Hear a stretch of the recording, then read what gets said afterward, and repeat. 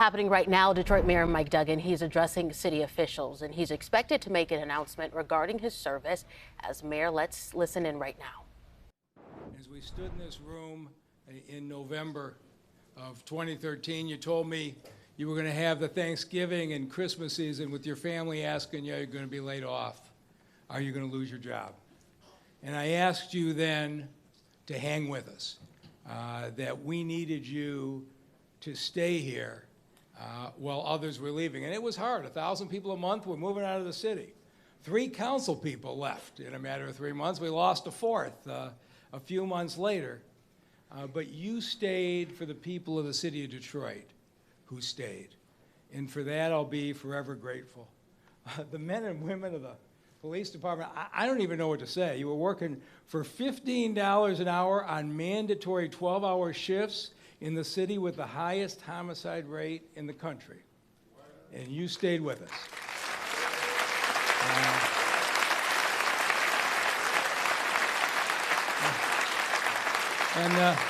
The men and women of the fire department, you remember what it was like. Your rigs broke down on the way to scenes. You were in firehouses where the roofs were leaking. And there were times it took an hour to make an EMS run. And you stuck with us. And today, we have a police department that's one of the most respected in all of America, with the fewest homicides in 60 years, right?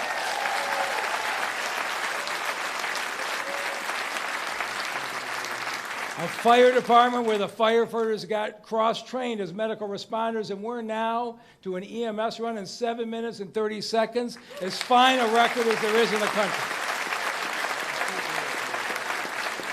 And to all the other employees, you remember what it was like. If you went on your computer, the Microsoft was 8 generations old. You couldn't even open attachments, you remember? That's if your computer worked at all. But it is a very different situation today. And today is a day for thank yous. To my family, my wife, Sonia. My mom, Joan, is here. My son, Ed, my brothers, Jim and Dan. When you're in public service, your family is in public service with you. To the members of the cabinet who have overcome enormous odds, when they signed up for a cabinet in a bankrupt city, they weren't sure how it was going to work out for their careers. But they've done a terrific job. The members of City Council who have been full partners in Detroit's recovery for the last 11 years, thank you for what you have done. My friend, County Executive Warren Evans, who has been with us shoulder to shoulder from day one, to the business community and the labor community. Dan Gilbert from downtown, to the work he's done in the neighborhoods, the Illich family and what they did, and then bringing in Arn Tellem and the Pistons and having that entertainment center downtown. I could thank everybody. Gary Torgo with the new bank and apartments downtown, and Roger Penske with the Grand Prix, Bill Ford, the train station, GM with Factory Zero, Stellantis with the new plants, Emmett Moten bringing back the United Artists Building, the Carpenters building a new training center in the city of Detroit, and the electrical workers doing the same thing. It's been a lot of people who have done this together. The 176 Motor City Match businesses, right?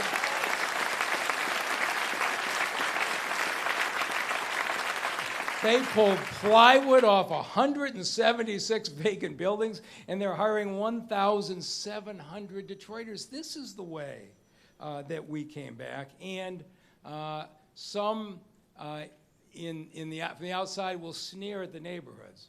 I'll tell you this, the 650 block club presidents in this city that have brought their neighborhoods back with enormous pride. You saw the University of Michigan report in 10 years, homeowners in this city have gained $4 billion in wealth as property values have doubled and tripled across the city. Thank you to everyone in the neighborhood that made that possible. But mostly today, I want to say thank you to the people of the city of Detroit. Being a big city mayor is kind of rough in this country. I watched I watched my fellow mayors in San Francisco and Minneapolis and Chicago get voted out after their first terms. I watched mayors in Nashville and Atlanta just leave after their first terms. But for 11 years, the people of the city have been kind and supportive. Every neighborhood I'm in, every church I'm in, every store I'm in, it has been truly remarkable. And I want to talk to the people who are with me in 2013. Malik Shabazz and Peggy Noble, who were there when nobody thought I could do this. But and Akila, thank you. You right on cue. But in 2013, I was a kid who grew up in Detroit and remembered the city as a magical place and thought I could help. And I decided to go house to house and talk to people about how I thought I could fix the street lights and do the abandoned houses. And I did these house parties. 250 people opened their homes, and I sat in living rooms, and I thought we were going to talk about the drug houses in the neighborhood. Peggy hosted the third one. But when I got into those living rooms, the conversations were not what I expected. And they transformed me. But you know what the conversations were about? Most times, I drove myself to every one of these, and most nights I was the only white face in the room. And I talked to people across generations, and they didn't want to talk so much about the city. They wanted to tell me their story. And night after night, I heard the most powerful stories from our seniors growing up in the Jim Crow South, and to hear firsthand the stories of the separate bathrooms and drinking fountains, and yes, the back of the bus and the treatment they had received in the South. How when they came up to Detroit in the 40s and 50s, they weren't ready for the discrimination they received in neighborhoods they weren't allowed to move into, and jobs they were passed over for, and the treatment at the hands of police officers. And as this generation built this city and built their homes, they watched it be taken away from them with the financial and economic collapse of the city of Detroit. But mostly what they wanted to talk about was, could somebody who looked like me really understand their pain and their history and really support their aspirations? They were the most powerful meetings I've ever been in. And of course, I'm not shy. Right? As I sat in these meetings and I said, we can get back to a great city, but it means we got to let go of us versus them politics in the city. The mayor's got to stop fighting with the council and the unions. We got to stop fighting with the suburbs and Lansing. We got to stop attacking the business community. We have to have a city where everybody is welcomed and valued. It can't matter if you're black or brown or white, or you're Christian or Jewish or Muslim, or you're gay or straight. We have to build a city that's welcoming to everybody, and if that's not what you want,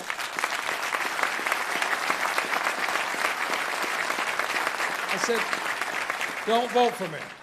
And I had a night, these were rough conversations. I had a night where a lady started in on me and had a very powerful story of growing up in Jim Crow, Mississippi, and the way she was treated. And then the way her family was denied a house in a neighborhood in Detroit. And the way her father couldn't get the good jobs he wanted, got the menial jobs. And I'm listening, and I'm thinking the pain, and she's looking at me trying to figure out what to make of me. And I thought, this is too hard. The racial pain and division in the city is too historical. It runs too deep. I'm just not going to be able to get past it. And when I got up at the end of that night to walk away, that lady came up to me. She took my hand like she had an iron grip. And she looked me in the eyes, and she says, I'm 80 years old. She says, and I haven't voted for a white man for mayor in 50 years. She said, but I'm going to vote for you. And I thought, you can see what's wrong in the country. The hatred and division is coming from the fact we don't take the time to get to know each other, to listen to each other. That's true in Lansing, that's true in Washington. And I thought, maybe this is something special. But of course, you remember what happened. I got thrown off the ballot for filing my signatures too early. Right? I went up north. Peggy rounded up a group of people and protested outside the Court of Appeals like they were going to reverse their decision. People were honking. She says, you got to try a write-in. I didn't even know how write-ins worked. I said, all right, I can't let folks down. So I came back and said, we'll try this write-in. And then they found this barber, Mike Duggan. And they were going to cancel my votes on the write-in. And I said, this is going to be too hard. But every place I went in this city, people were shouting out the spelling of my name. They were calling radio stations, singing jingles. And when those results came in that primary, I carried 92% of the precincts in the city of Detroit.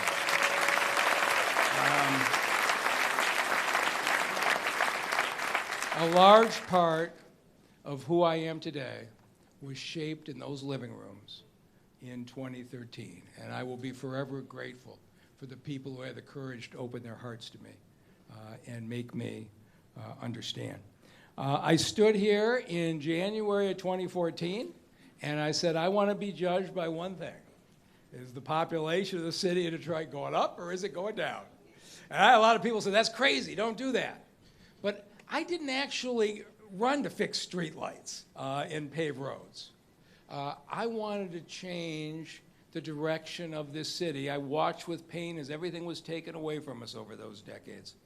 And so this April, when 750,000 people poured into Detroit for the NFL draft, and I saw Detroiters mixing with outstate Michigan folks, mixing with cheeseheads and people from all over the country in that amazing event, and saw Detroit get the kind of national celebration it deserved.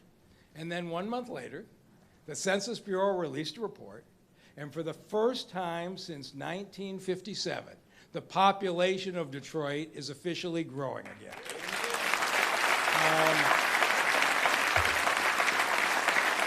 And so, as I thought about it, I realized that I had done what I set out to do. This really was what I wanted to contribute. And here's what else I know.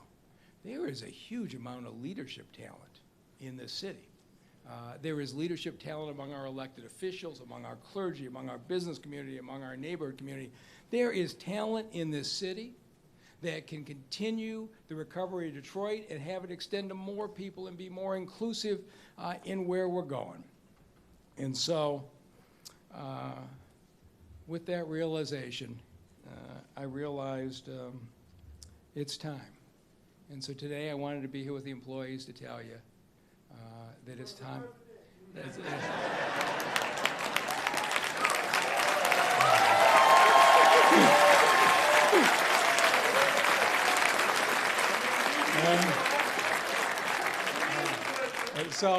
So today is not going to be about my future. I'm going to discuss that in the coming months, but I am here to say that I will not be a candidate for re-election for mayor of Detroit in 2025. We are going to see that talent emerge. And I don't have a favorite candidate. I don't have somebody that I picked out. I'm going to be like the other Detroiters. I'm going to watch these candidates emerge and see who the right leader is. Somebody will continue to bring us together. Somebody will have the courage to tell you the truth about what you can do and what you can't do. But here's what I know for sure about this city. The next mayor is coming in a far better place. There's not, right?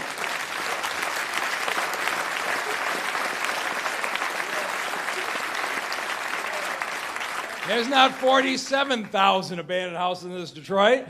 We're down to 3,000, and LaJuan's knocking that number down every single week.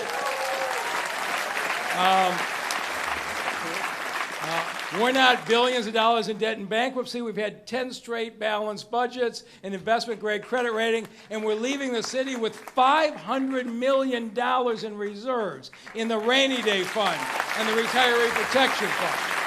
This city is prepared to weather what comes. And so I am very confident in our city's future. So as I say, I'm going to talk about my future some weeks in the future, but today I want to talk about the city. Because all of us here, as soon as this ends, we're going back to work. All right? We got 13 more months to go. And we do have a new president. and that's going to be a challenge. We were very fortunate in that Joe Biden is the best friend Detroit ever had in the White House. But Donald Trump promised that when he became president, crime was going to go down in Detroit and economic development was going to increase. And so we're going to see whether that was serious, and I'm going to start by looking for common ground.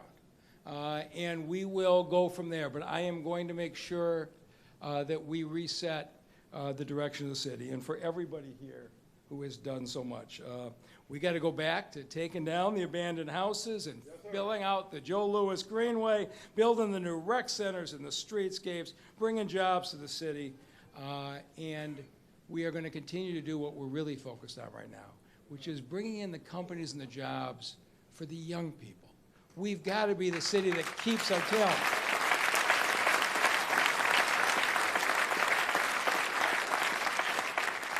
I really believe Michigan's greatest export is not cars right now.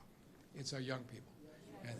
And the city of Detroit is taking the lead in creating a community where that young talent wants to stay, and we're going to be doing that every day for the next 13 months. But I just want to say now to my fellow Detroiters that being your mayor has been the honor of a lifetime. I will forever be grateful. Thank you, and God bless you.